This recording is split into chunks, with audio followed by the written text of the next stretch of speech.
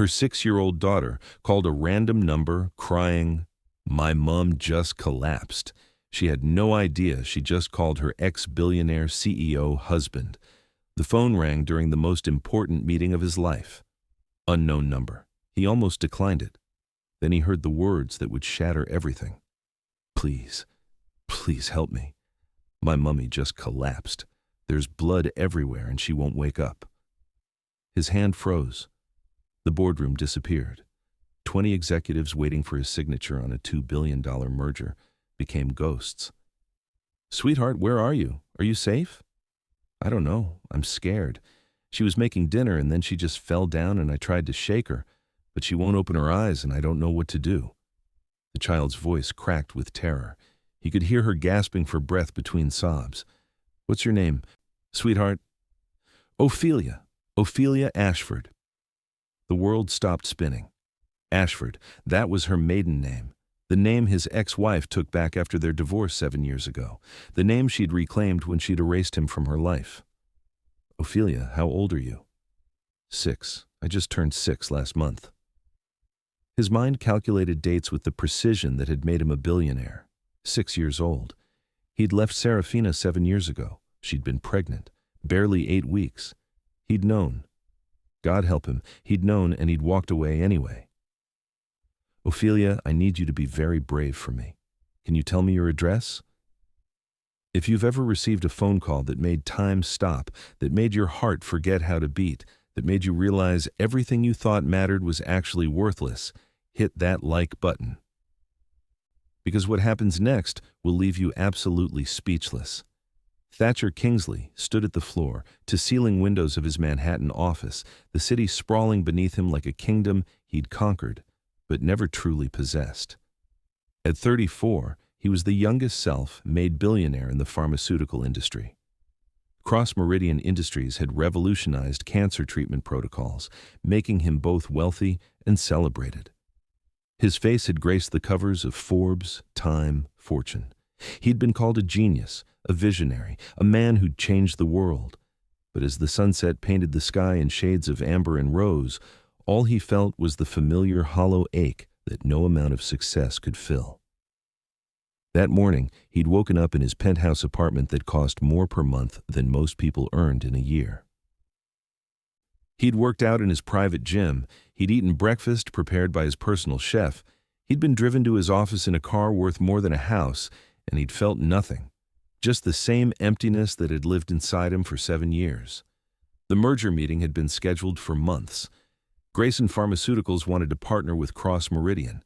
The deal would expand his empire into 12 new countries. It would make him not just a billionaire, but one of the most powerful men in global healthcare. His CFO, Beaumont Sterling, had spent 6 months negotiating terms. His legal team had reviewed contracts for weeks. His board of directors had unanimously approved. All that remained was his signature. 20 executives sat around the mahogany conference table, waiting, pens poised, contracts ready. Champagne chilling in the corner for the celebration that would follow. Thatcher had reached for his pen when his phone buzzed. Unknown number. His assistant Cordelia filtered his calls meticulously. Unknown numbers never reached him, but something made him look at the screen. Something made his hand move toward the phone instead of the pen. Something saved his life. "Excuse me," he'd said to the room full of waiting executives. "I need to take this." Beaumont had frowned. The Grayson representatives had exchanged glances, but Thatcher was already walking toward the window, phone pressed to his ear. "Hello?" Heavy breathing, the sound of crying. Then that small, terrified voice. "Please, please help me. My mummy just collapsed." Now, 5 minutes later, Thatcher stood frozen as Ophelia recited her address through hiccuping sobs. Brooklyn, a neighborhood he'd never visited, a life he'd never known existed. "Ophelia, I need you to do something very important for me. Can you hang up and call 911? Tell them your mummy needs an ambulance. Can you do that?" "I'm scared to hang up." Her voice was so small, so frightened. "What if she dies while I'm calling?"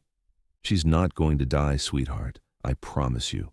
but she needs doctors right now, and I'm coming to you. I'm coming right now. I'll be there so fast. You're so brave, Ophelia. Your mummy would be so proud of you. You're really coming? I promise. I'm already leaving. Call 911 right now, okay? I'll be there before you know it. Okay? A shaky breath. Okay? I'll call them. The line went dead. Thatcher turned to face the boardroom. 20 faces stared at him. Beaumont stood, concern creasing his features. Thatcher, what's wrong? The meeting is over. Thatcher's voice sounded strange to his own ears, distant, like it belonged to someone else. Cancel it. Cancel it? Beaumont's eyes widened. This is a $2 billion deal. We can't just cancel it. I don't care. Thatcher was already moving, grabbing his coat from the back of his chair. Reschedule it. Cancel it. I don't care. I have to go. Go where? Thatcher, what's happening? But Thatcher was already running, out of the boardroom, past Cordelia's desk. She called after him, but he didn't stop. He jabbed the button for his private elevator. The doors seemed to take forever to open. When they finally did, he threw himself inside and pressed the button for the parking garage. His hands shook as he pulled out his phone and called his driver. Lennox, I need you at the car right now. Emergency. Yes, sir. I'm here. The elevator descended. Thatcher's mind raced. 6 years old. Ophelia Ashford, Seraphina's daughter, his daughter. It had to be. The timing was perfect. Or perfectly terrible. He'd met Seraphina Ashford 8 years ago at a charity gala. She'd been a medical researcher, brilliant and passionate about finding affordable treatments for rare diseases. He'd been a startup founder, working 20-hour days to get his first drug through FDA approval. They'd talked for hours that night about science, about changing the world, about the responsibility that came with having the power to save lives. He'd fallen in love with her before the night ended. They'd married 6 months later, a small ceremony, just close friends and family. Seraphina had worn a simple white dress and flowers in her hair. She'd looked at him like he was her whole world. For 1 year, they'd been happy. Deliriously, impossibly happy. They'd worked together, dreamed together, built a life together. She'd helped him refine his research. He'd supported her work. They'd talked about the future, about the family they'd have someday, about growing old together. Then Cross Meridian's first drug had been approved. Suddenly, Thatcher wasn't just a researcher anymore. He was a businessman, a CEO. Money poured in, investors circled, the company exploded, and Thatcher had drowned in it. The pressure had been crushing, investors demanding returns, competitors trying to steal his patents, the FDA scrutinizing every move. He'd started working 18-hour days, then 20. Then he'd stopped coming home at all. He'd slept in his office, eaten at his desk, forgotten anniversaries, missed dinners, canceled plans. Seraphina had tried to understand. She'd been patient. She'd brought him food at the office. She'd rubbed his shoulders when he was stressed. She'd told him it would get better. But it hadn't gotten better. It had gotten worse. And then she'd told him she was pregnant. 8 weeks along, due in 7 months. She'd been glowing when she'd told him. Nervous but excited. Ready to start the family they'd always talked about. Thatcher had felt nothing but terror. How could he be a father when he could barely keep his company alive? How could he take care of a child when he was working 20-hour days? How could he be present for a family when investors were threatening to pull funding if he didn't deliver results? He looked at Seraphina's hopeful face and felt trapped, suffocated, like the walls were closing in. I can't do this, he'd said. The light in her eyes had died. Can't do what? This. A baby. I can't. Not now. The company is at a critical stage. I need to focus. I can't be distracted by. He'd stopped, but the damage was done. Distracted by our child? Seraphina's voice had been very quiet, very cold. Is that what you were going to say? That's not what I meant. Then what did you mean, Thatcher? He'd looked at her, at the woman he'd promised to love forever, at the mother of his child, and he'd made the worst decision of his life. I think we should take a break. Seraphina had stared at him for a long moment. Then she'd laughed, a bitter, broken sound. A break! You want to take a break? I'm pregnant with your child and you want to take a break. Just until the company stabilizes. Just until. Get out, Seraphina. Get out of my apartment. Get out of my life. If you want a break, you can have a permanent one. He'd tried to argue, tried to explain, but she'd been done listening. She'd thrown his things into a bag and shoved it at him. She'd told him to send divorce papers. She'd slammed the door in his face, and he'd let her. He'd told himself it was for the best, that he was doing the right thing, that he couldn't be a good husband or father when the company needed him, that once things stabilized, he'd reach out. He'd fix things. He'd make it right. But weeks had turned into months. The company had consumed him. He'd sent divorce papers. He'd sent money, generous alimony, child support, even though she'd never asked for it. He'd told himself that was enough, that providing financially was the same as being present. He'd convinced himself she'd probably terminated the pregnancy anyway, that she wouldn't want to raise his child alone, that it was better this way. He'd been lying to himself for 7 years. The elevator doors opened.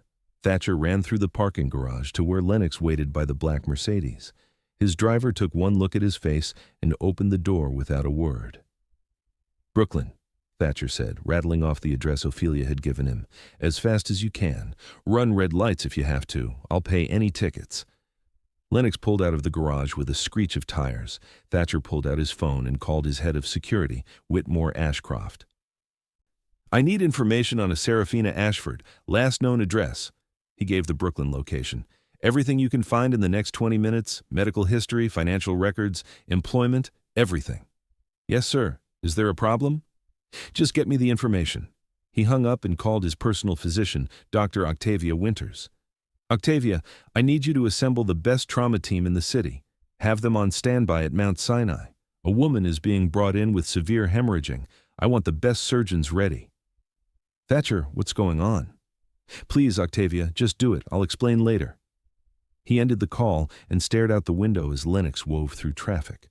The drive should have taken 40 minutes. Lennox made it in 23. Every second felt like an hour.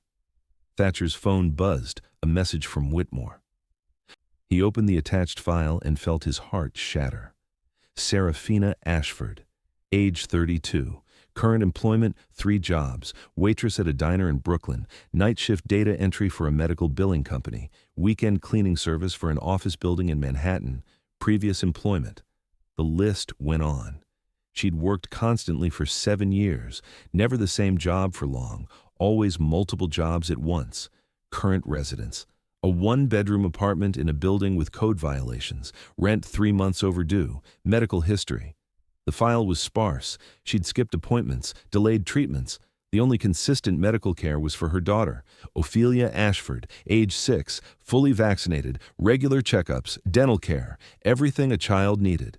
Serafina had sacrificed her own health to care for their daughter. Financial records. Thatcher felt sick reading them.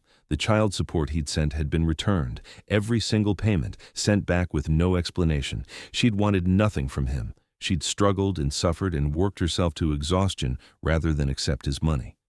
Bank account balance, $473. Debt, medical bills, credit cards, student loans.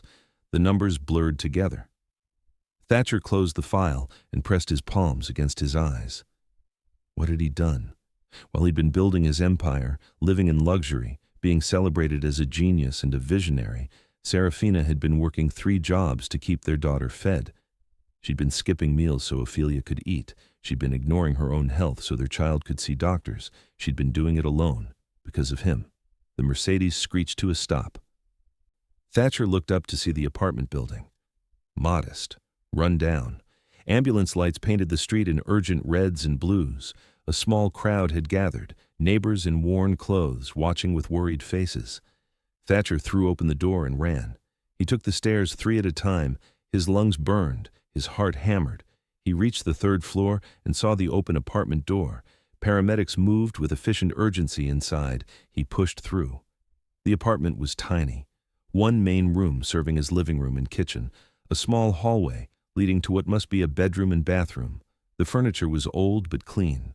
Toys were neatly organized in a corner. Children's drawings covered the refrigerator, and on the floor, surrounded by paramedics, was Serafina. Thatcher's breath stopped. She looked the same, different, older, thinner. Her dark hair was longer now, spread around her head like a halo.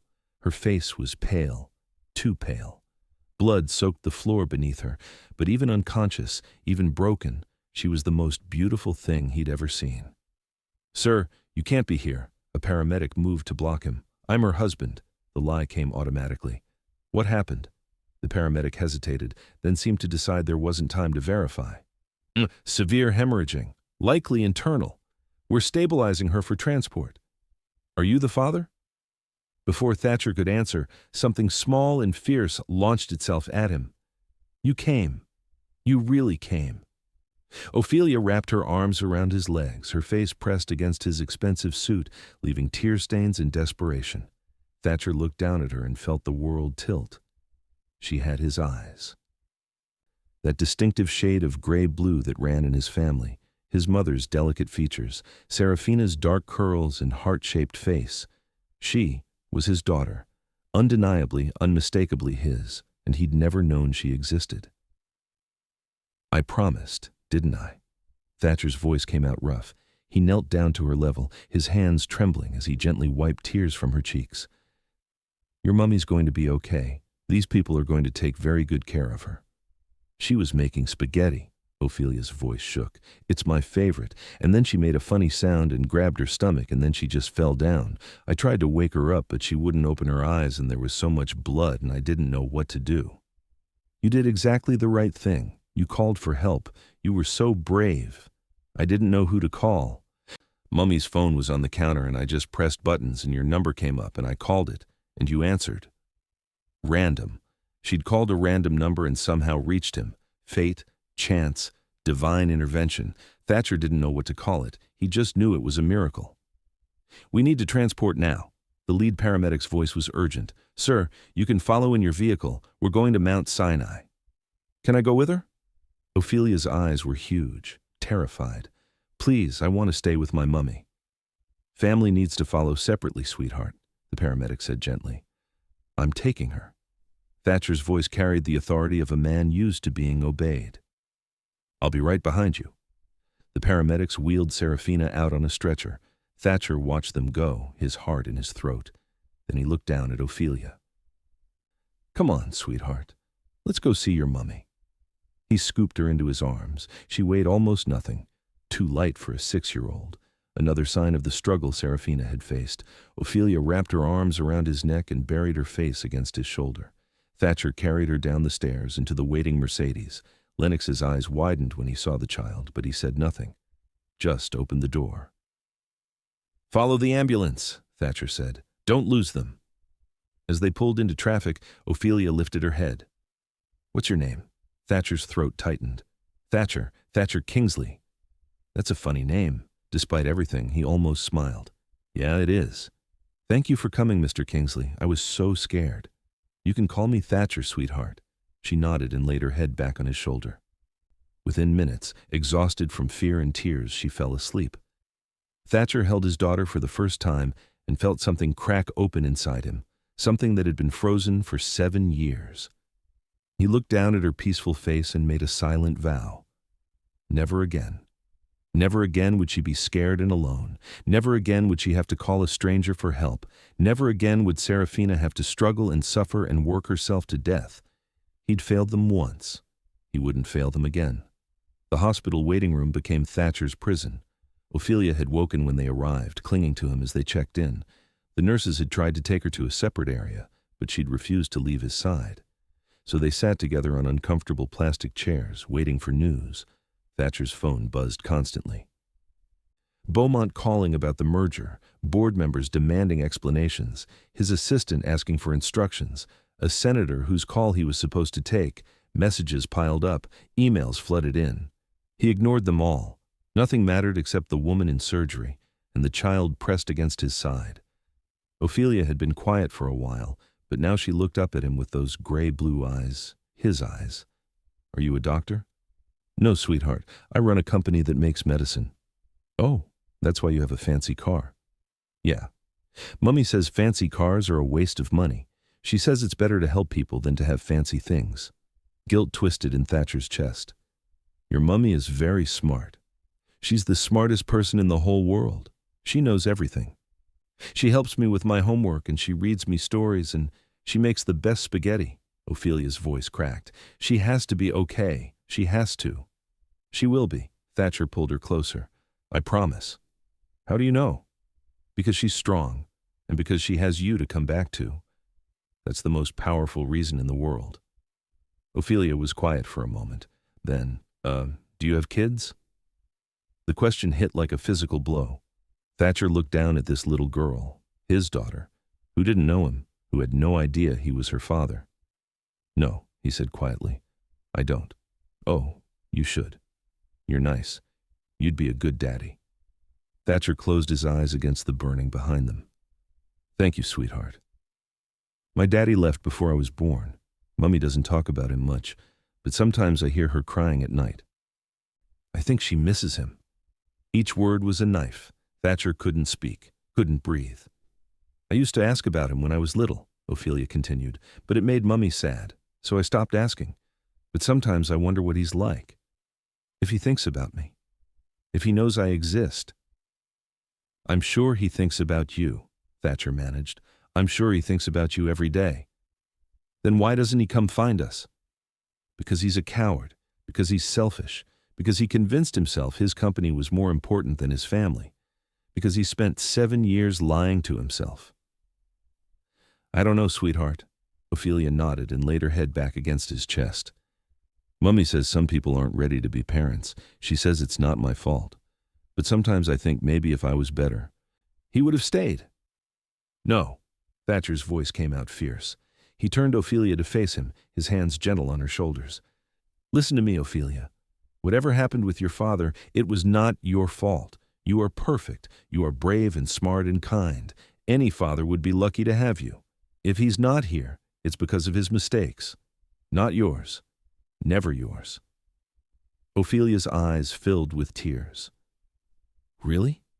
Really, I promise. She threw her arms around his neck and held on tight. Thatcher held her back and let his own tears fall silently into her dark curls. Hours passed. Ophelia dozed fitfully against him. Thatcher watched the clock and prayed to a God he wasn't sure he believed in. Please, please let her be okay. Please give me a chance to make this right. Finally, a doctor emerged, still in surgical scrubs. Thatcher gently shifted Ophelia and stood. How is she? Ms. Ashford is stable. She had a ruptured ectopic pregnancy, extremely dangerous. We had to perform emergency surgery, but we were able to stop the hemorrhaging. She's going to recover fully. Thatcher's knees nearly buckled with relief. Thank God. She's very lucky. Another hour and we would have lost her. The doctor's expression was grave. She's also severely malnourished and exhausted. Her body was already compromised when the rupture occurred. She's been under tremendous stress for a long time. Can I see her? She's in recovery now. She'll be moved to a private room soon. Are you family? Yes. This time, Thatcher didn't hesitate. I'm her husband. The doctor nodded. The little one saved her mother's life by calling for help so quickly. She's very brave. After the doctor left, Thatcher sank back into his chair. Ophelia stirred. Is Mummy okay? She's okay, sweetheart. She's going to be just fine. Ophelia burst into tears, relief, exhaustion, fear finally releasing. Thatcher held her and let her cry. When she finally calmed, she looked up at him with red-rimmed eyes. Will you stay? Until Mummy wakes up? I'm not going anywhere, Thatcher promised. I'll stay as long as you need me. Okay. Ophelia snuggled back against him. I'm glad I called you, Mr. Thatcher. Me too, sweetheart. Me too. As Ophelia drifted back to sleep, Thatcher sat in the harsh fluorescent light and let himself feel the full weight of what he'd done. He'd abandoned Serafina when she was pregnant. She'd raised their child alone, worked herself to exhaustion, struggled in ways he couldn't even imagine, all while he'd built his empire and convinced himself he'd made the right choice. He'd been so wrong, so catastrophically, unforgivably wrong. But he was here now, and he would spend the rest of his life making up for it if Serafina would let him, if she didn't kill him first. They were moved to a private suite 2 hours later, the finest room in the hospital. Thatcher had made calls, pulled strings, ensured Serafina would have the best care available. Ophelia had fallen asleep on the couch. Thatcher sat in the chair beside Serafina's bed and watched her breathe. Machines beeped steadily. IV lines ran into her arms. She looked fragile, breakable, but he knew better. Serafina Ashford was the strongest person he'd ever met. She'd survived 7 years alone. She'd raised their daughter. She'd worked 3 jobs and still found time to make spaghetti and read bedtime stories and be everything Ophelia needed. She was extraordinary, and he'd thrown her away. Thatcher reached out slowly and took her hand. Her fingers were cold. He wrapped both his hands around hers, trying to warm them. "I'm sorry," he whispered. "God, Serafina, I'm so sorry. I was a coward. I was selfish. I convinced myself I was doing the right thing, but I was just scared. Scared of failing. Scared of not being enough. Scared of losing control." She didn't respond. Just kept breathing steadily. "I should have stayed. I should have been there for you, for Ophelia. I should have been a husband, a father. Instead, I ran. I hid behind my company and told myself it was noble, that I was building something important. But what's the point of building an empire if you have no one to share it with?" His voice cracked. "She's beautiful, Serafina, our daughter. She's smart and brave and kind. She's everything good about both of us. And I missed 6 years of her life, 6 years I can never get back, 6 years you struggled alone because I was too much of a coward to stay." Tears ran down his face. "I know I don't deserve your forgiveness. I know I have no right to ask for a second chance, but I'm asking anyway. Please, Serafina, please let me be her father. Let me take care of you both. Let me spend the rest of my life proving that I've changed, that I can be the man you deserved all along." Silence. Just the beeping of machines and the sound of his own breathing. Thatcher laid his head on the edge of her bed, still holding her hand, and let himself cry. For the years he'd lost, for the pain he'd caused, for the family he'd thrown away. He didn't know how long he sat there. Time lost meaning, but eventually he felt it. The slightest pressure. Serafina's fingers tightening around his head shot up. Her eyes were still closed, but her hand held his, just barely, just enough. It wasn't forgiveness, but it was something. It was a start. Drop a comment right now and tell me if you think he deserves a second chance, or if some mistakes are just too big to forgive. Because what happens when Serafina wakes up and sees him sitting there is about to get intense. Serafina woke to the sound of machines beeping and the smell of antiseptic. Her body felt heavy, disconnected, like she was floating somewhere outside herself. For a moment, she couldn't remember where she was or what had happened. Then it came rushing back, the pain, sharp and sudden, tearing through her abdomen, the kitchen floor rising up to meet her, Ophelia's voice, high and frightened, calling her name. Ophelia. Panic seized her. She tried to sit up, but her body wouldn't cooperate. Where was her daughter? Was she safe? Was she scared? "Mummy?" The voice was soft, familiar, safe. Serafina forced her eyes open. The room came into focus slowly. Hospital room, private, expensive looking. How was she in a private room? Her insurance wouldn't cover this. And there, curled up on a couch against the wall, was Ophelia, alive, safe, watching her with worried eyes. "Baby," Serafina's voice came out as a rasp. "Are you okay?" "I'm okay, Mummy. Are you okay?" "I'm fine, sweetheart. Come here." Ophelia scrambled off the couch and rushed to the bedside. Serafina reached for her with trembling hands, needing to touch her, to confirm she was real and whole. "I was so scared," Ophelia whispered. "You wouldn't wake up and there was blood and I didn't know what to do." "You did perfect, baby. So perfect. How did you call for help?" "I used your phone. I just pressed buttons and a number came up and I called it and he answered." "He?" "The nice man. He came and brought you to the hospital and he stayed with me the whole time and he told me stories and he promised you'd be okay." Serafina's heart stuttered. "What nice man, sweetheart?" "Me." The voice came from the doorway, deep, familiar in a way that made Serafina's entire body go rigid. No, it couldn't be. She turned her head slowly, already knowing what she'd see but unable to believe it. Thatcher Kingsley stood in the doorway of her hospital room, holding 2 cups of coffee. He looked older, harder. The boyish softness she remembered had been replaced by sharp angles and expensive grooming. His suit probably cost more than 3 months of her rent. His watch could have paid off her credit cards. But his eyes, those gray-blue eyes that Ophelia had inherited, they were fixed on her with an expression she couldn't read. "Hello, Serafina." She couldn't speak, couldn't breathe. 7 years, 7 years of silence, 7 years of struggling alone, 7 years of working herself to exhaustion while he built his empire and forgot she existed. And now he was standing in her hospital room like he had any right to be there. "What are you doing here?" Her voice came out cold, flat. "Ophelia called me. When you collapsed. She called my number." "That's impossible. I don't have your number." "You must, somehow. She said she just pressed buttons and my number came up." Serafina's mind raced. Her phone. She'd kept his number, even after the divorce, even after he'd sent papers and money and silence. She'd kept it, buried deep in her contacts under a name she never looked at. She'd told herself it was practical, in case of emergency. In case Ophelia ever needed him. She'd never actually believed she'd use it. "You need to leave." "Serafina." "I said leave. You have no right to be here." "Mummy, no." Ophelia's voice was distressed. "He helped us. He brought you to the hospital. He stayed with me when I was scared." Serafina looked at her daughter, at the way Ophelia stood close to Thatcher, at the trust in her eyes when she looked at him. How long had they been here together? Hours? Long enough for Ophelia to bond with a stranger, long enough for her to defend him. "Ophelia, sweetheart, can you go with the nurse for a few minutes? I need to talk to Mr. Kingsley alone." "But, please, baby, just for a few minutes." Ophelia looked between them, clearly reluctant, but she nodded. "Okay, but you have to promise not to be mean to him. He was really nice to me." The words were a knife in Serafina's chest.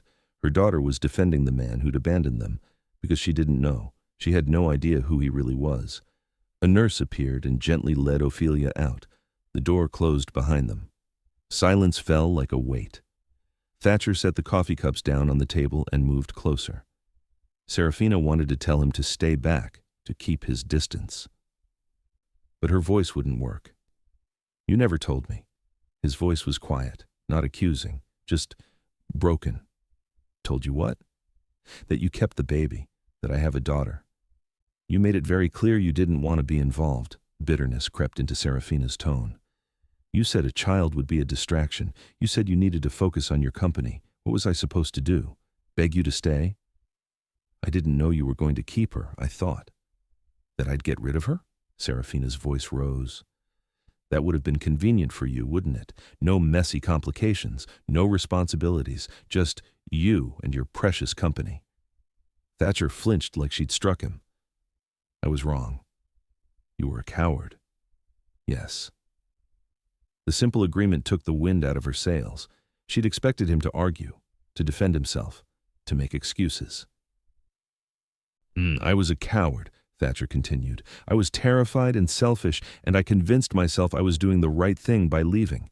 But Serafina, if I had known, if I had any idea you were raising our child alone, I would have." "What?" Serafina challenged. "Come back, been a father? You made your choice, Thatcher. You chose your company over us." "I chose wrong." The words came out raw, desperate. "I chose wrong, and I've regretted it every single day for 7 years. Regret doesn't change anything. It doesn't give me back 7 years of struggling alone, of working 3 jobs to keep us fed, of Ophelia asking why she doesn't have a daddy like the other kids." Her voice broke. "It doesn't change the nights I cried myself to sleep wondering how I'd make rent, the times I skipped meals so she could eat, the medical appointments I missed because I couldn't afford to take time off work. You can't fix that with regret, Thatcher. You can't fix it with money or pretty words." "I know." Thatcher's hands clenched into fists at his sides. "I know I can't change the past. I know I can't give you back those years, but I can be here now. I can be the father she deserves from this moment forward. I can support you, protect you, take care of you both the way I should have from the beginning. I don't need you to take care of us. We've been fine without you." "Fine?" Thatcher's voice rose for the first time. "Serafina, you're in the hospital because you worked yourself into exhaustion.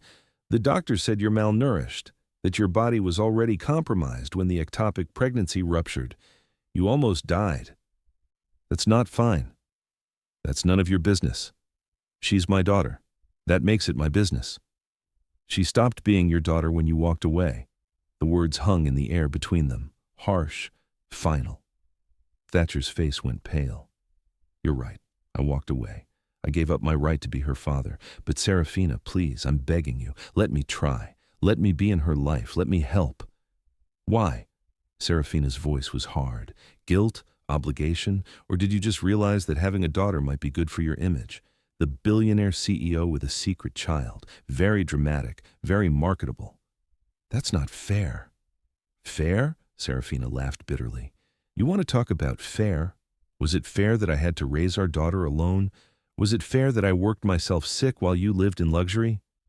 Was it fair that Ophelia grew up without a father because you were too selfish to stay? No, none of it was fair. And I'm sorry. God, Serafina, I'm so sorry. Sorry doesn't change anything. Then what do you want from me? Thatcher's voice cracked. Tell me what to do. Tell me how to make this right. You can't make it right. You can't give me back 7 years. You can't undo the damage. You can't just walk back into our lives and expect everything to be okay. I don't expect anything. I'm just asking for a chance, please. Serafina closed her eyes. She was so tired, tired of fighting, tired of struggling, tired of being strong. But she couldn't let him back in. She couldn't let Ophelia get attached to him, because what would happen when he left again, when his company needed him, when being a father became inconvenient? She couldn't let her daughter's heart be broken the way hers had been. I want you to leave, she said quietly. Thank you for helping Ophelia. Thank you for bringing me to the hospital. But I want you to leave and not come back. Serafina. Please, Thatcher, just go. The door opened. Ophelia ran in, followed by a flustered-looking nurse. I'm sorry, she got away from me. Mummy, please don't make him leave. Ophelia's eyes were huge, pleading. He's nice. He told me stories and he held my hand when I was scared, and he promised you'd be okay, and he was right. Serafina looked at her daughter, at the hope in her face, at the way she stood between Serafina and Thatcher, like she could bridge the gap between them, and she felt her carefully constructed walls begin to crack. Ophelia, sweetheart. Please, Mummy, just let him visit. Just sometimes. Please? Serafina's eyes met Thatcher's over their daughter's head. She saw desperation there, and something else, something that looked like love. But she'd seen that before. 7 years ago, and it hadn't been enough then. We'll see, she said finally. We'll take it one day at a time. It wasn't agreement, it wasn't forgiveness, but it wasn't a complete rejection either. Thatcher's face transformed. Relief, hope, gratitude. Thank you, he whispered. Thank you. Ophelia beamed and threw her arms around Serafina's neck. Thank you, Mummy. Serafina held her daughter and watched Thatcher over her shoulder. He stood there, looking at them like they were the most precious thing in the world. She wanted to believe it, wanted to believe he'd changed, that he meant what he said. But she'd believed in him once before. And it had destroyed her. She wouldn't make that mistake again. The days that followed were strange and tentative. Thatcher had Serafina moved to the finest private suite in the hospital, despite her protests. He'd tried to pay off her medical bills. She'd refused. He'd tried to send money for Ophelia's care. She'd refused that too. But she couldn't refuse his visits. He came every day, always respectful, always careful not to overstep.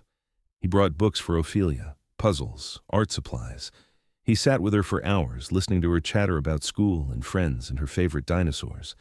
And slowly, painfully, Serafina watched her daughter fall in love with her father. It terrified her. Tell me about her, Thatcher said one evening. Ophelia had fallen asleep on the couch, exhausted from a day of playing games. Tell me everything I missed. Serafina looked at him, at the genuine longing in his face, at the regret that seemed to radiate from him. Why? Because I want to know. Because I missed 6 years of her life and I can't get them back. But I can at least hear about them. Please, Serafina. She should have said no. Should have kept that distance.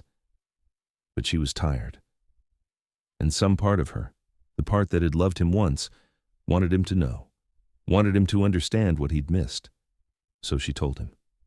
She told him about the pregnancy, how terrifying it had been to face alone, how her mother had helped until she passed away when Ophelia was 2, How Serafina had cried for days, grieving her mother and terrified of raising Ophelia completely alone. She told him about Ophelia's birth, 20 hours of labor, no one to hold her hand. No one to tell her she was doing great, just her and the nurses and the overwhelming fear that she wouldn't be enough. She told him about Ophelia's first word, Mama, at 7 months old. How Serafina had cried with joy. She told him about first steps at 11 months, how Ophelia had toddled across their tiny apartment and fallen into Serafina's arms, both of them laughing. She told him about the dinosaur obsession, how Ophelia had watched a documentary at age 3 and become completely enthralled, how she could name every species, how she wanted to be a paleontologist when she grew up. She told him about the struggles, the eviction notices, the nights she'd worked 3 jobs and still couldn't make ends meet, the guilt of leaving Ophelia with neighbors while she worked. The times she'd cried in the shower so her daughter wouldn't hear. She told him about the questions. Why don't I have a daddy? Where is he? Doesn't he love me? And how Serafina had tried to answer without lying, without making Ophelia feel unwanted. She told him everything, and she watched him break apart piece by piece. When she finished, Thatcher sat in silence for a long moment. Then he spoke, his voice barely above a whisper. I'm so sorry. God, Serafina, I'm so goddamn sorry. Sorry doesn't change the past. No, he agreed. But maybe it can change the future, if you'll let it. Serafina looked at him, at this man who had been her husband, who had abandoned her, who was now sitting in her hospital room, tears running down his face, looking at their sleeping daughter like she was a miracle. I don't know if I can trust you again, she said quietly. I know. I don't know if I can let you into her life, knowing you might leave again. I won't leave. You don't know that. What happens when your company needs you? When being a father becomes inconvenient? When the novelty wears off? That won't happen. You can't promise that. Yes, I can. Thatcher leaned forward, his eyes intense. Serafina, I spent 7 years building an empire. And I was empty, hollow. I had everything I thought I wanted, and it meant nothing. And then I heard Ophelia's voice on the phone, and it was like someone turned the lights back on, like I'd been sleepwalking through my life, and suddenly I was awake. His voice dropped. I love her. I know I have no right to. I know I haven't earned it. But I love that little girl with everything I am. And I will never, ever leave her again. I'll step back from my company. I'll delegate. I'll work from home. Whatever it takes. She's my priority now. You both are. Serafina wanted to believe him, wanted it so badly it hurt. One day at a time, she whispered. Thatcher's smile was soft and full of hope. One day at a time. Serafina was discharged 5 days later. She'd expected to return to her tiny Brooklyn apartment, to her 3 jobs and her mountain of debt and her constant struggle to survive. Instead, Thatcher had other plans. I've arranged for a house, he said carefully. They were alone in her hospital room. Ophelia was down the hall with a nurse getting a final checkup. In Westchester, good schools, safe neighborhood, plenty of space for you and Ophelia. Serafina stared at him. Absolutely not. Serafina. I'm not accepting charity from you, Thatcher. We're fine in our apartment. Your apartment has code violations. You're 3 months behind on rent, and you can't work 3 jobs anymore. The doctor said you need at least 6 weeks to recover. How are you going to pay rent, buy food, take care of Ophelia? That's not your concern. She's my daughter. That makes it my concern. You don't get to swoop in and play hero now. We've managed without you for 6 years. We'll manage now. Managed? Thatcher's voice rose. Serafina, you almost died. You worked yourself into exhaustion. You skipped meals so Ophelia could eat. That's not managing. That's barely surviving. It's our life, and we don't need you to fix it. I'm not trying to fix it. I'm trying to help. Please, let me do this. Let me give Ophelia the stability she deserves. Let me give you the chance to recover without worrying about bills or rent or how you're going to feed your daughter. And what do you get out of it? The chance to be her father, the chance to know her, to be part of her life. That's all I want, Serafina. I'm not asking you to forgive me. I'm not asking you to love me again. I'm just asking you to let me take care of my daughter. Serafina closed her eyes. Pride demanded she refuse. But when she thought about Ophelia, about giving her a safe home and good schools and the chance to just be a kid without worrying about money, she couldn't. "Okay," she whispered. "Okay. But this doesn't mean anything. This doesn't mean we're together. This doesn't mean I forgive you." "I know. And if you hurt her, if you let her down, if you leave again, I will make sure you never see her again. Do you understand?" "I understand." "Okay then." Thatcher's smile was brilliant, relieved. "Thank you. Thank you, Serafina." She didn't respond, just turned away and tried to ignore the way her heart was beating faster. This was a mistake. She knew it was a mistake. But for Ophelia's sake, she'd take the risk. The house was beautiful. A colonial with a wraparound porch, a garden, a tire swing in the backyard, 3 bedrooms, 2 bathrooms, hardwood floors and big windows that let in streams of sunlight. It was everything Serafina had ever dreamed of giving Ophelia, and everything she'd never thought they'd have.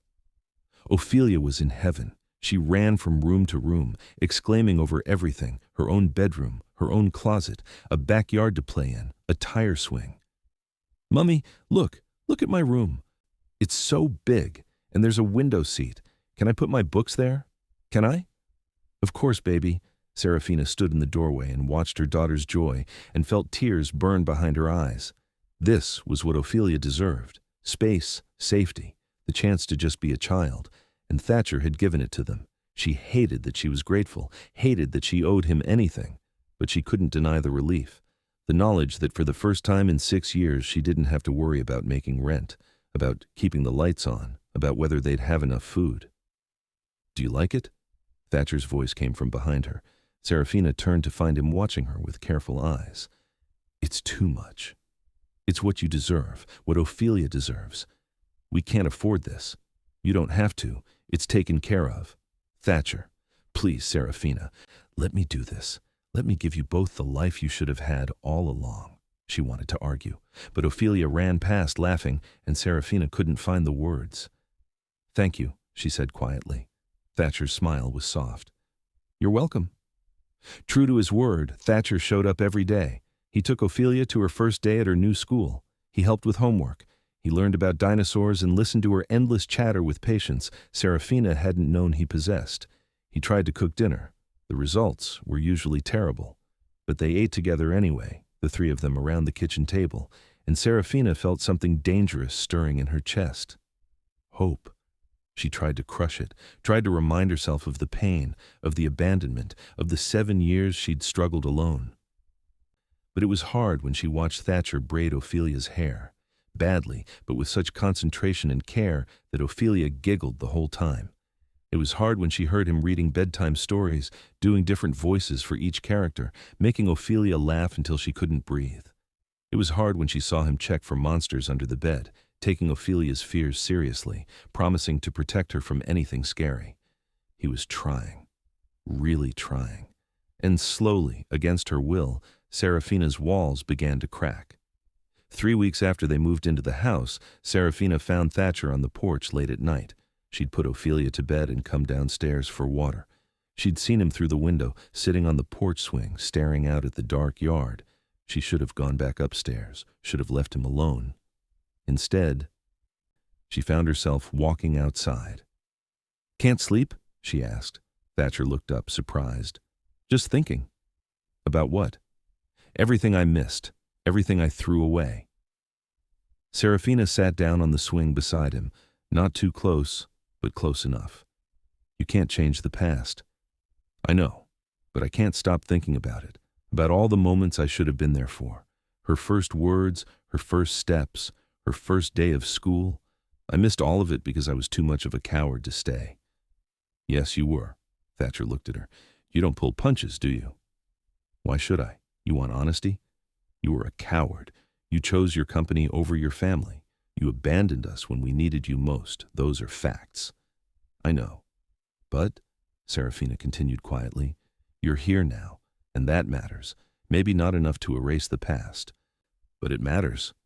"Does it? Does it matter if I can never make up for what I did?" "I don't know. Ask me in a year." They sat in silence for a moment. The night was warm. Crickets chirped. Somewhere in the distance, a dog barked. "Why are you really doing this?" Serafina asked. "The truth, Thatcher." He was quiet for a long moment. When he finally spoke, his voice was raw. "Because I was dead inside. I built everything I thought I wanted, and it meant nothing. I had money and power and success, and I felt nothing. Just empty. Like I was going through the motions of a life, but not actually living." He turned to face her. And then I heard Ophelia's voice on the phone, terrified, crying, calling a stranger for help, and it was like someone flipped a switch, like I'd been sleepwalking for 7 years, and suddenly I was awake. Suddenly I could feel again. His eyes were intense in the moonlight. "I love her, Serafina. I know I have no right to. I know I haven't earned it, but I love that little girl with everything I am. She's funny and smart and brave and kind. She's everything good about both of us. And I can't believe I almost missed knowing her." He paused. "And I never stopped loving you. Not for a single day in 7 years. I told myself I did. I told myself I'd moved on. But I was lying. You were always there. In the back of my mind, in my dreams, in every quiet moment. I never stopped loving you." Serafina's breath caught. "Thatcher, I'm not asking you to love me back. I'm not asking you to forgive me. I'm just telling you the truth. I love you. I love Ophelia, and I will spend the rest of my life proving that I've changed. That I can be the man you deserved all along, the father Ophelia deserves, the partner you need." Tears slipped down Serafina's cheeks. "You hurt me so badly." "I know." He reached out slowly, giving her time to pull away, and gently wiped her tears. "And I'll spend the rest of my life making up for it, if you'll let me." Serafina looked at this man, this stranger who wore Thatcher's face but had somehow become someone new, someone better, someone who showed up and stayed and loved without conditions. "One day at a time," she whispered. Thatcher's smile was soft and full of hope. "One day at a time." They sat together on the porch swing, not quite touching but not quite separate either, and watched the stars come out.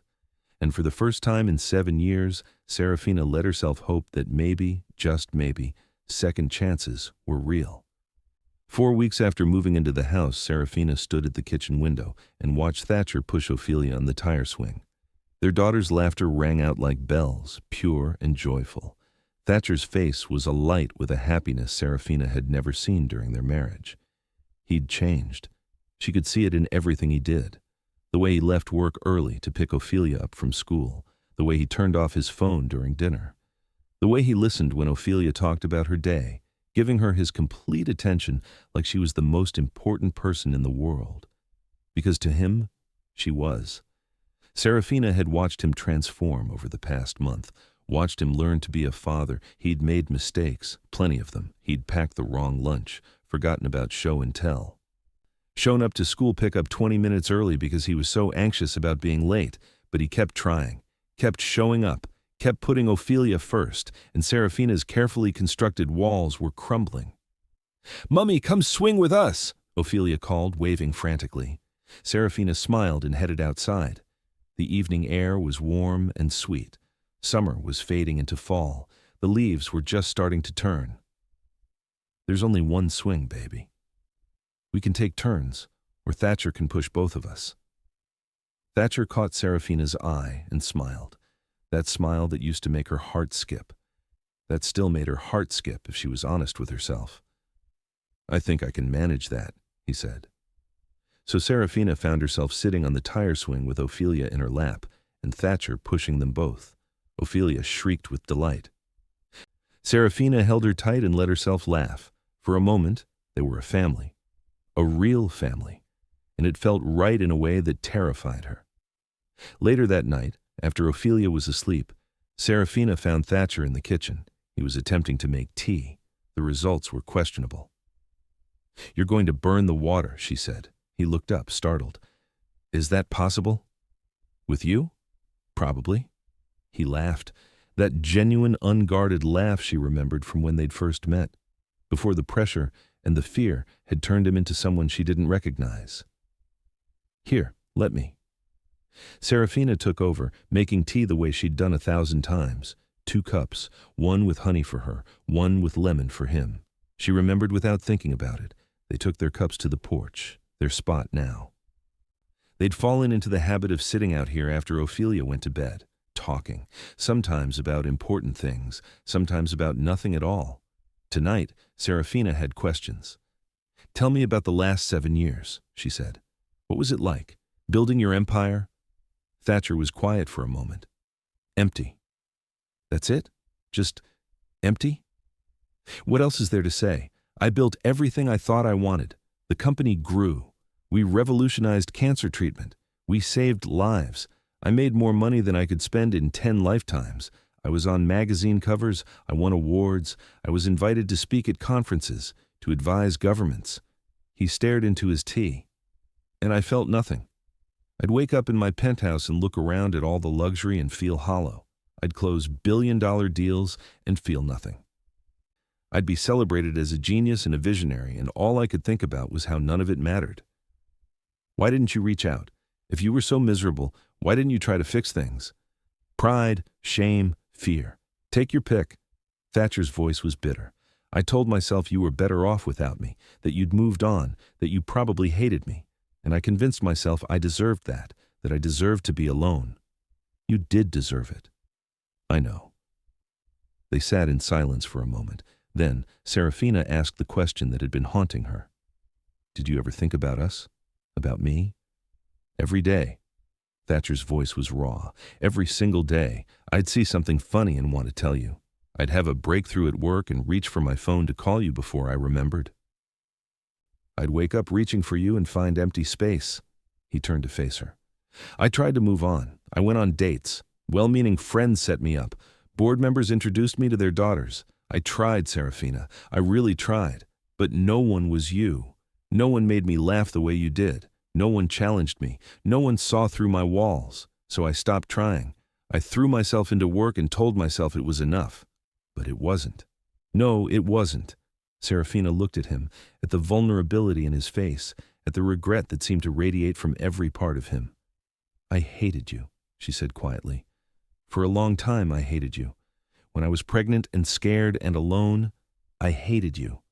When I was working 3 jobs and exhausted, I hated you. When Ophelia asked about her father and I had to lie, I hated you." Thatcher flinched but didn't look away. "But then," Serafina continued, "I realized hate takes too much energy, and I needed all my energy for Ophelia, so I stopped hating you. I just felt nothing. You became a ghost, a memory, someone who used to exist but didn't anymore. And now? Now I don't know what I feel. You're here. You're trying. You're being the father Ophelia deserves, and part of me is grateful. Part of me is relieved. But part of me is still so angry, still so hurt, and I don't know how to reconcile all of that." "You don't have to," Thatcher said gently. "You don't have to have it all figured out. We can just take it one day at a time. Like you said." Serafina nodded. One day at a time. It was becoming her mantra. They finished their tea in comfortable silence, and when Serafina went to bed that night, she found herself thinking about Thatcher's words, about how he'd thought of her every day, about how no one else had measured up. She told herself it didn't matter, that the past couldn't be changed, but her treacherous heart whispered that maybe, just maybe, the future could be different. The next morning, Serafina woke to the sound of laughter. She checked the clock. 7:30. Ophelia's voice drifted up from downstairs, along with Thatcher's deeper tones. She pulled on a robe and headed down to find them in the kitchen. Thatcher was attempting to make pancakes. The kitchen looked like a disaster zone, flour everywhere, batter on the counter, a smoking pan on the stove. But Ophelia was giggling, perched on a stool, watching Thatcher's culinary disaster with delight. "What's happening here?" Serafina asked. "Thatcher's making breakfast," Ophelia announced proudly. "He said he wanted to surprise you." "I think I've surprised myself," Thatcher said ruefully, looking at the mess. "This is harder than it looks." Serafina bit back a smile. "Step aside. Let me help before you burn the house down." Together, they salvaged breakfast. Serafina made pancakes while Thatcher cleaned up his mess. Ophelia chattered about school and her upcoming field trip to the Natural History Museum. "They have a whole dinosaur exhibit," she said excitedly, "with real fossils. Can you come, Thatcher? Parents are allowed to come." Thatcher's face lit up. "I'd love to, if that's okay with your mum." Ophelia turned pleading eyes on Serafina. "Please, Mummy, please can he come?" Serafina looked at her daughter's hopeful face, at Thatcher's careful expression. At the family they were slowly, tentatively becoming. "Of course he can come," Ophelia cheered. Thatcher's smile was brilliant, and Serafina felt another piece of her wall crumble. The field trip was the following week. Serafina had taken the day off from her new job. Thatcher had cleared his schedule. They met at the school, along with a dozen other parents and 20 excited first graders. Ophelia was in heaven. She held both their hands as they walked through the museum, pointing out every dinosaur, reciting facts she'd memorized. "That's a Triceratops. It lived in the late Cretaceous period. And that's a Stegosaurus. See the plates on its back? Those were for temperature regulation." Other parents smiled at her enthusiasm. The teacher, Mrs. Bellamy, pulled Serafina aside. "Ophelia is such a bright child and so happy lately. She talks about her father all the time." Serafina glanced at Thatcher, who was crouched down, listening intently as Ophelia explained the difference between herbivores and carnivores. "He's been very involved," Serafina said carefully. "It shows. She's blossomed this past month. Whatever you're doing, keep doing it." After the museum, they got ice cream. Ophelia got chocolate, Thatcher got vanilla. Serafina got strawberry. They sat on a bench in the park and watched people pass by. "This is the best day ever," Ophelia announced, chocolate ice cream smeared on her face. "Yeah?" Thatcher smiled. "Why's that?" "Because we're all together, like a real family." The words hung in the air. Serafina's chest tightened. Thatcher's hand found hers on the bench between them. She didn't pull away. "Yeah," Thatcher said softly. "Like a real family."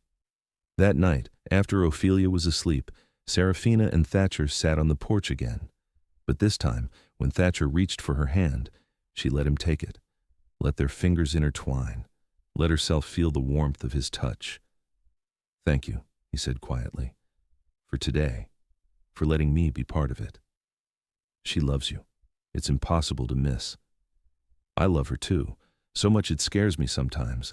I look at her and I can't believe I almost missed this, almost missed knowing her. But you didn't. You're here now. Because of a random phone call, because of fate or chance or divine intervention. What if she hadn't called me, Serafina? What if I'd never known? But she did. And you do. You can't live in the what-ifs, Thatcher. Trust me. I spent years doing that. What if you'd stayed? What if you'd been there? What if things had been different? It'll drive you crazy." "How did you stop?" "I focused on what was real, on Ophelia, on getting through each day, on building a life for us. The what-ifs didn't matter because I couldn't change them." Thatcher was quiet for a moment. Then, "You're the strongest person I've ever met." "I'm not strong. I just didn't have a choice. That's what makes you strong. You did what needed to be done. You didn't give up. You didn't break. You kept going." "I almost broke, more times than I can count. There were nights I cried so hard I thought I'd never stop. Days I didn't know how I'd make it through. Moments I wanted to give up. But you didn't. No. Because of her. Because she needed me. Because I couldn't let her down." Thatcher lifted her hand and pressed a kiss to her knuckles. The gesture was so tender, so full of reverence that Serafina's breath caught. "I'm in awe of you," he whispered, "of everything you've done, everything you've survived, everything you've built." Serafina didn't know what to say, so she just squeezed his hand and let the moment speak for itself. 2 months after moving into the house, Serafina realized she was happy. Actually, genuinely happy. For the first time in 7 years, she wasn't just surviving, she was living. Her new job was good, working as a research coordinator at a medical nonprofit. The pay was decent, the hours were reasonable. Her boss was kind. She got to use her skills and education in a way that mattered. Ophelia was thriving. She loved her new school. She'd made friends. She was confident and joyful in a way she'd never been before. And Thatcher was there, every day, constant, reliable, present. He'd stepped back from his company, delegated more, worked from home most days. He picked Ophelia up from school, helped with homework, made dinner, though his cooking skills remained questionable, read bedtime stories, checked for monsters, kissed scraped knees and dried tears. He was everything Serafina had needed 7 years ago, everything she'd begged him to be, and slowly, carefully, she was falling in love with him again. It terrified her. One evening, her best friend Magnolia came over. They'd been friends since college. Magnolia had been there through the pregnancy, the divorce, the struggles. She'd babysat Ophelia countless times. She'd lent money when Serafina was desperate. She'd been a lifeline. Now she sat at the kitchen table, watching Thatcher and Ophelia play in the backyard, and raised an eyebrow at Serafina. "So, you and the ex-husband." "There's no me and the ex-husband." "Really? Because from where I'm sitting, it looks like there's definitely something happening." "He's here for Ophelia." "Serafina, I've known you for 10 years. I can read you like a book. You're falling for him again." Serafina opened her mouth to deny it, then closed it, because Magnolia was right. "I don't want to," she said quietly. "I don't want to fall for him again. I don't want to risk it. What if he leaves? What if he hurts us again? What if he doesn't?" "That's not helpful," Magnolia laughed. "Look, I'm not saying you should just forgive and forget. The man screwed up. Massively. But he's here now. He's trying. And more importantly, he's changed. I can see it. You can see it. Even Ophelia can see it. But what if it's temporary? What if the novelty wears off? Then you deal with it. But Serafina, you can't live your life afraid of what might happen. You'll miss what's actually happening right now." Serafina looked out the window. Thatcher had Ophelia on his shoulders. She was laughing, her hands in his hair, completely trusting that he wouldn't let her fall. "I'm scared," Serafina whispered. "I know, but maybe it's worth being scared. Maybe he's worth the risk." After Magnolia left, Serafina thought about her words, about risk and fear and second chances. That night, when Thatcher came to say goodnight before heading back to his apartment in the city, Serafina stopped him. "Stay." He turned, surprise on his face. "What?" "Stay, tonight. It's late. You have an early meeting tomorrow. The guest room is made up. Just stay." Something shifted in Thatcher's expression. Hope, gratitude, love. "Okay, if you're sure." "I'm sure." So Thatcher stayed, and the next morning, when Ophelia came downstairs and found him making breakfast, her face lit up like Christmas morning. "You're still here?" "Yes, sweetheart, I'm still here." Ophelia looked between them. "Are you going to stay more? Like, all the time?" Serafina and Thatcher exchanged glances. "Would you like that?" Serafina asked carefully. "Yes, I want us to be a real family, with everyone living in the same house. We are a real family, baby, even if we don't all live in the same house. But it would be better if we did. Don't you think, Mummy? Don't you want Thatcher to stay?" The question hung in the air. Serafina looked at Thatcher, at the careful hope in his eyes, at the way he was holding his breath, waiting for her answer.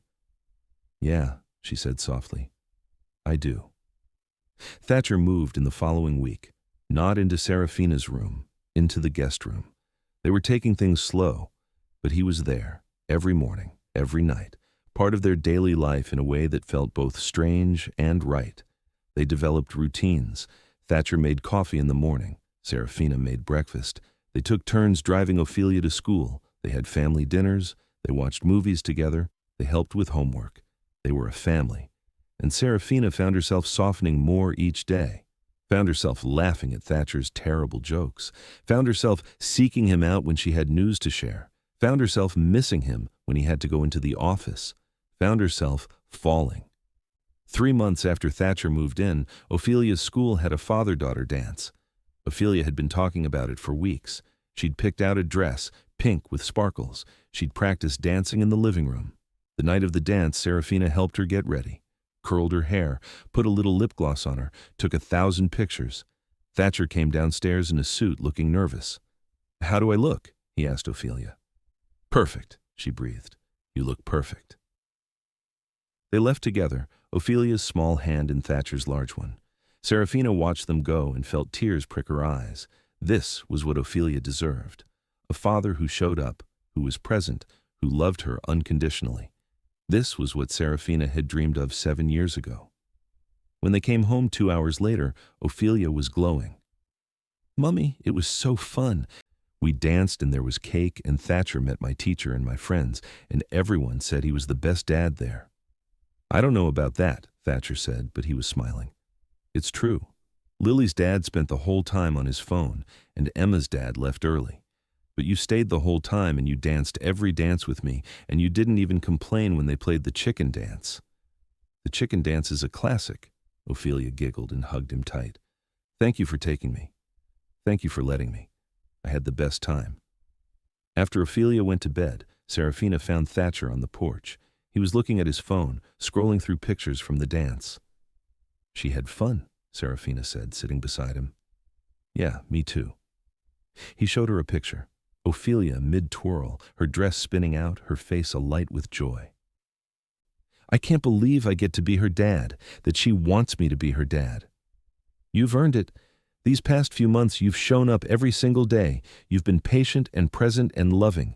You've been exactly what she needed." "I'm just trying to make up for lost time." "You can't make up for it, Thatcher, but you can be here now, and that's what matters." He was quiet for a moment.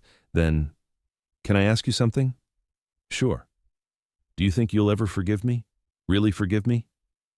Serafina considered the question, thought about the past 7 years, the pain, the struggle, the loneliness. Then she thought about the past 3 months, the laughter, the family dinners, the way Thatcher looked at Ophelia like she hung the moon. "I think I already have," she said quietly. "I didn't realize it until just now. But I have. I've forgiven you." Thatcher's eyes widened. "Really? Really? You've changed, Thatcher. You're not the man who left me 7 years ago. You're someone better, someone who's learned from his mistakes, someone who's chosen to be present, and I can't hold the past against you when you're working so hard to build a better future." "Serafina," his voice was thick with emotion, "I'm not saying I've forgotten. I'm not saying it doesn't still hurt sometimes. But I've forgiven you, and I think maybe we can move forward now." Thatcher reached for her hand. She let him take it. Let him pull her closer. Let him wrap his arm around her shoulders. They sat together under the stars, and Serafina felt something settle in her chest. Peace. After 7 years of anger and hurt and struggle, she finally felt at peace.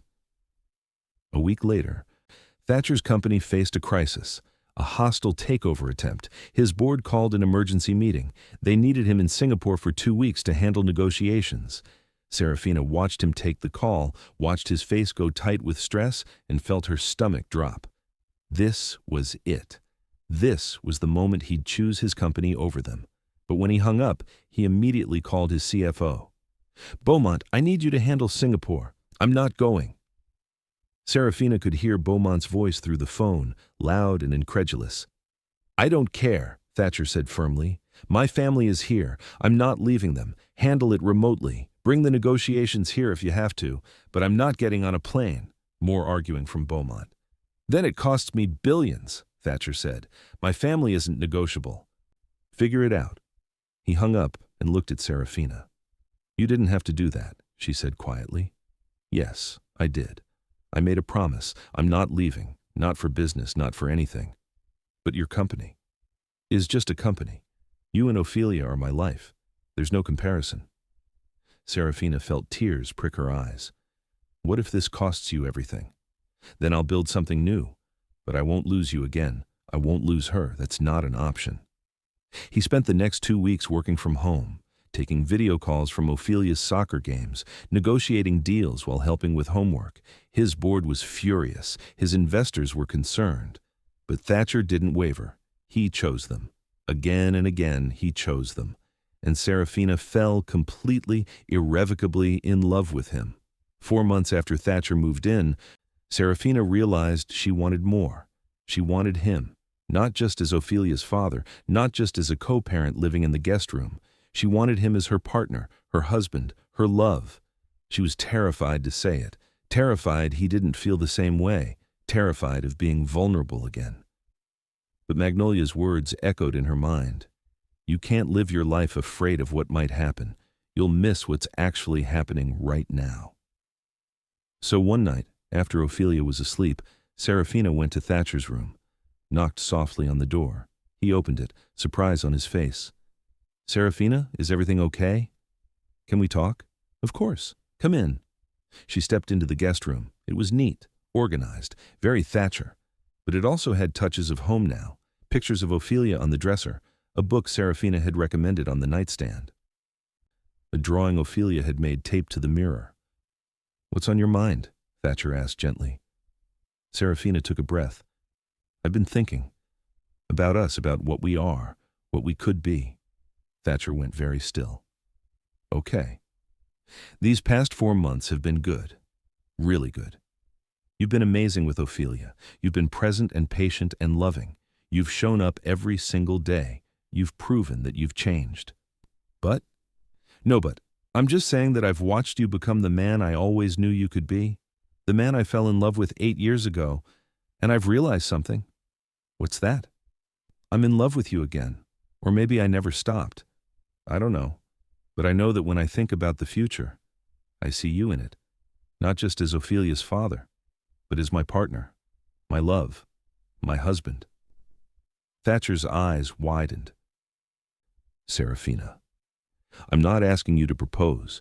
I'm not asking for promises. I'm just telling you how I feel. And if you don't feel the same way, that's okay. We can keep things as they are. But I needed you to know. For a moment, Thatcher just stared at her.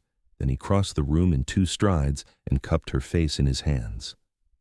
I love you, he said fiercely. I've loved you for 8 years, through the divorce, through the separation, through everything. I never stopped, and I will never stop. You're it for me, Serafina. You and Ophelia. You're my whole world. Then he kissed her, soft and sweet and full of promise. Serafina melted into him, her arms wrapping around his neck, 7 years of loneliness and hurt dissolving in the warmth of his embrace. When they finally pulled apart, both breathless, Thatcher rested his forehead against hers. Move in with me, he whispered. Really move in with me. Not separate rooms, not co-parenting. A real relationship, a real family. We already live together. You know what I mean. Share a room, share a life, be together, really together. Serafina smiled. Okay. Okay? Okay. Yes. Let's be together. Thatcher's smile was brilliant. He kissed her again, deeper this time, and Serafina felt like she was coming home. They told Ophelia the next morning. She was eating cereal when they sat down at the table, both of them nervous. Sweetheart, we have something to tell you, Serafina began. Ophelia looked up, curious. What? Thatcher and I are together now, like really together, as a couple. Ophelia blinked, then her face split into the biggest smile Serafina had ever seen. Does this mean you're getting married? Serafina and Thatcher exchanged glances. Maybe someday, Thatcher said carefully, if your mum will have me. She'll have you, Ophelia said confidently. She looks at you the way princesses look at princes in movies, all sappy and happy. Serafina laughed. Sappy and happy? Yeah, it's gross but also nice. So when's the wedding? Slow down, baby. We're taking things one step at a time. But Ophelia was already planning. Can I be the flower girl? And can we have cake? And can we get a dog? How did we get from wedding to dog? Thatcher asked, amused. Because families have dogs, and we're a family now, a real family, so we should get a dog. Serafina and Thatcher looked at each other and laughed. Their daughter had it all figured out. 6 months after that terrifying phone call, Thatcher stood in the backyard and watched Serafina and Ophelia plant flowers in the garden. His wife. Well, not yet, but soon. He had a ring in his pocket, had been carrying it for weeks, waiting for the right moment. Maybe today was the day. Serafina looked up and caught him watching. She smiled, that secret smile that was just for him, and his heart stuttered. He'd been given a second chance, an impossible, undeserved gift, and he would never take it for granted. He walked over to them, kneeling in the dirt beside his family. What are we planting? He asked. Roses, Ophelia announced, because that's Mummy's middle name and also they're pretty. Very pretty, Thatcher agreed, meeting Serafina's eyes. The prettiest. Serafina blushed. Even after 6 months together, he could still make her blush. They worked together, planting roses in the garden, getting dirt under their fingernails, laughing when Ophelia accidentally sprayed them with the hose, being a family. When Ophelia ran inside to wash up for lunch, Thatcher caught Serafina's hand. "I have something for you." "Oh?" He pulled out the ring box. Serafina's eyes widened. "Thatcher, I know we said we'd take things slow. I know we're still rebuilding. But Serafina, I don't want to wait. I don't want to waste another day. I want to marry you. I want to be your husband. Officially, legally, forever." He opened the box. The ring was simple, elegant, nothing like the ostentatious diamond he'd given her the first time. "This ring is a promise that I'm here, that I'm staying, that I will choose you and Ophelia every single day for the rest of my life, that I will never run again, that I will be the man you deserve." Serafina's eyes filled with tears. "Serafina Ashford, love of my life, mother of my child, my second chance at everything. Will you marry me? Will you let me spend the rest of my life loving you the way I should have from the beginning?" "Yes," Serafina breathed. "Yes, yes, yes." Thatcher slipped the ring on her finger and stood, pulling her into his arms. Their kiss was soft and sweet and full of promise. "I love you," he whispered against her lips. "I love you too." "Mummy Thatcher, lunch is ready." "Oh my gosh, are you kissing? Gross. Wait, is that a ring? Are you engaged? We're having a wedding?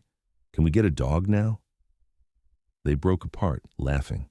Ophelia stood in the doorway, bouncing with excitement.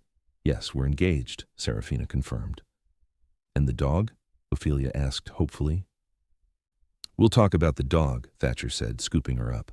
"But first, let's celebrate. Ice cream for lunch?" "Ice cream for lunch?" Ophelia's eyes went wide. "Really? Really, this is a special day." So they had ice cream for lunch, the three of them sitting around the kitchen table, laughing and planning and dreaming about the future. And Thatcher looked at his family, his beautiful, miraculous family, and felt the last piece of his broken heart click into place. He'd been given a second chance, and he would spend the rest of his life being worthy of it. The wedding was small, intimate, just close friends and family. Ophelia was the flower girl, wearing a dress she'd picked out herself. She took her job very seriously, scattering petals with great concentration. Serafina wore a simple white dress and flowers in her hair. She looked exactly as she had 8 years ago, beautiful, radiant, perfect. When Thatcher saw her walking down the aisle, he felt tears prick his eyes. This time would be different. This time, he wouldn't run. This time, he would stay. His vows reflected that. "Serafina, 8 years ago I made promises I didn't keep. I vowed to love you in sickness and health, for richer or poorer, for better or worse. And then I broke those vows. I ran when things got hard. I chose fear over love. I chose ambition over family." His voice shook. "I can't change the past. I can't give you back the years I stole. But I can promise you the future. I promise to show up every day, even when it's hard, especially when it's hard. I promise to choose you, to choose our family, to put you first, always. I promise to be the husband you deserve, the father Ophelia deserves, the partner you need. I promise to love you with everything I am, to support your dreams, to celebrate your victories, to hold you through your struggles.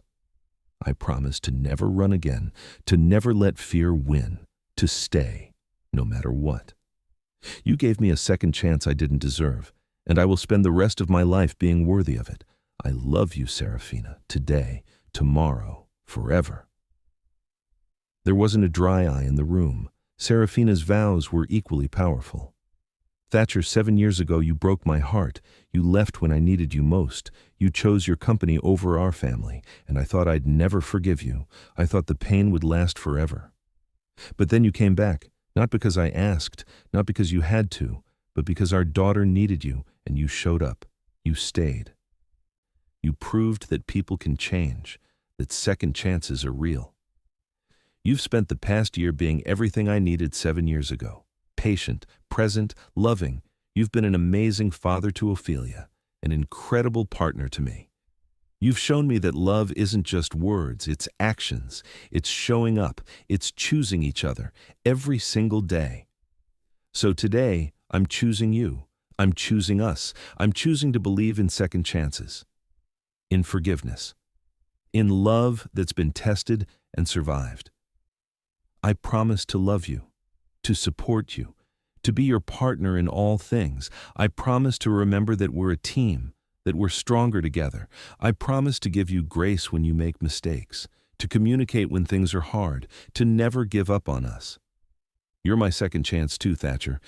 My reminder that it's never too late to start over, that broken things can be mended, that love can survive anything. I love you. Today. Tomorrow. Forever. When they kissed, Ophelia cheered louder than anyone. The reception was joyful, dancing and laughter and celebration. Thatcher danced with Seraphina, then with Ophelia, then with both of them at once, all three of them laughing and stumbling and not caring. This was what mattered, not money or success or empires. This, family, love, being together. Late in the evening, Magnolia pulled Seraphina aside. "You did it," she said, hugging her friend tight. "You got your happy ending." "It's not an ending," Seraphina said, watching Thatcher spin Ophelia around the dance floor. "It's a beginning. Even better." 5 years later, Thatcher sat in the audience of Ophelia's school and watched his daughter give a presentation. She was 11 now, confident and bright and full of dreams. The assignment was to talk about a personal hero. Thatcher had assumed she'd choose a scientist or an astronaut, someone famous. Instead, she'd chosen him. "My hero is my dad," Ophelia said, standing in front of her class. "Not because he's rich or famous, but because he chose to change. My dad wasn't always around. He made mistakes, big ones. But when he got a second chance, he didn't waste it. He showed up. He stayed. He proved that people can change if they really want to. He taught me that success isn't about money or power. It's about the people you love, the family you build, the choices you make every day. He taught me that it's never too late to do the right thing. That second chances are precious, that love is about showing up, even when it's hard, especially when it's hard. My dad is my hero because he's not perfect. He's made mistakes, but he's learned from them. He's grown. He's become the person he was meant to be. And that's the best kind of hero, the kind who's real, who struggles, who fails, but who keeps trying anyway." Ophelia finished and looked right at Thatcher. He was crying. Seraphina, sitting beside him, squeezed his hand. After the presentation, Ophelia ran to them. "Did I do okay?" "You did perfect," Thatcher said, pulling her into a hug.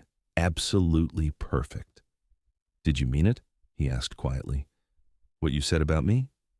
"Of course I meant it. You're my hero, Dad." Dad. She'd started calling him that a year ago. It still made his heart skip every time.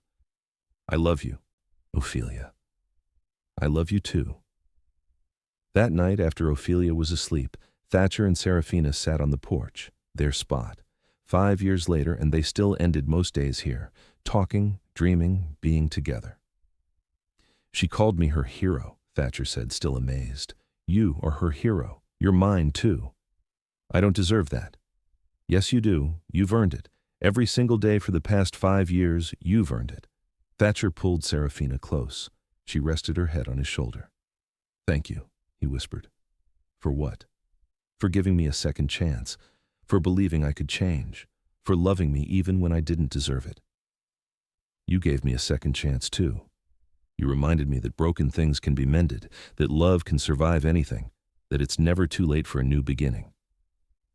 They sat together under the stars, holding hands, and Thatcher felt overwhelming gratitude. He'd almost missed this, almost missed knowing his daughter, almost missed building a life with the woman he loved, almost missed everything that mattered. But fate had intervened. A terrified 6-year-old had called a random number, and that call had saved 3 lives, his, Seraphina's, Ophelia's. Because sometimes the wrong number is exactly the right one. Sometimes the call that shatters your world is the same one that saves it. And sometimes love is patient enough to wait for you to become the person worthy of it. Thatcher had been given an impossible gift, a second chance he didn't deserve, and he would never ever take it for granted again. Because the greatest success isn't measured in money or power or fame. It's measured in love, in family, in showing up, in staying. In choosing the people who matter every single day.